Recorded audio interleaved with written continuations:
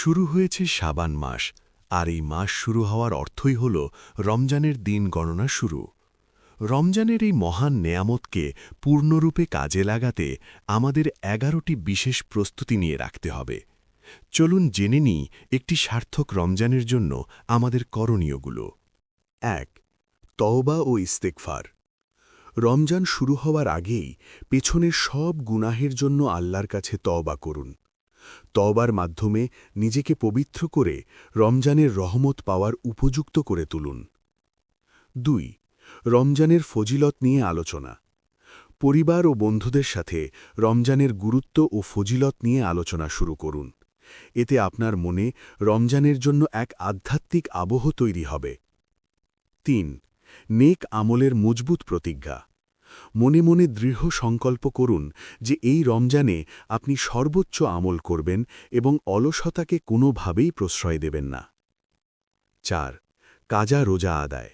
যদি আগের কোনো রোজা কাজা থেকে থাকে তবে শাবান মাসের মধ্যেই সেগুলো দ্রুত শেষ করে ফেলুন। ৫. শিরক ও হিংসা থেকে মুক্তি। আল্লাহর সাধারণ ক্ষমা পেতে হলে নিজের অন্তর থেকে হিংসা বিদ্বেষ এবং সব ধরনের শিরক ধুয়ে মুছে পরিষ্কার করে ফেলুন। ৬. আমলের বাধাগুলো চিহ্নিত করা। গত রমজানে আপনি কেন বেশি আমল করতে পারেননি? সোশ্যাল মিডিয়া আসক্তি নাকি অন্য কিছু?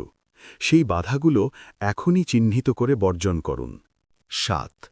মাসআলা শিক্ষা করা। রোজা ভাঙার কারণ এবং রোজার যাবতীয় বিধিবিধান এখন থেকেই ভালোভাবে জেনে নিন। ৮. নফল ইবাদতের চর্চা বা রিহার্সাল। রমজানে যে আমলগুলো করবেন, যেমন কুরআন তিলাওয়াত, নফল নামাজ, শাবান মাস থেকেই তার চর্চা বা রিহার্সাল শুরু করুন। ৯. একটি সুন্দর রুটিন তৈরি।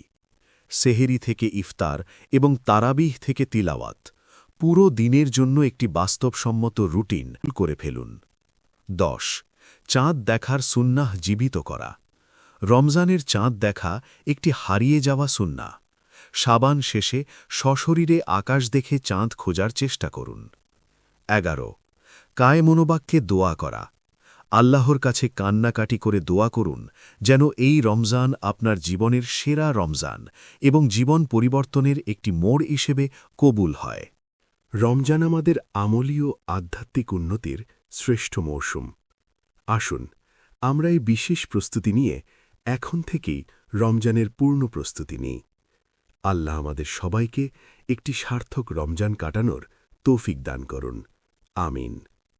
ভিডিওটি যদি ভালো লেগে থাকে তাহলে লাইক, কমেন্ট এবং শেয়ার করে অন্যজনকে দেখার সুযোগ করে দেবেন।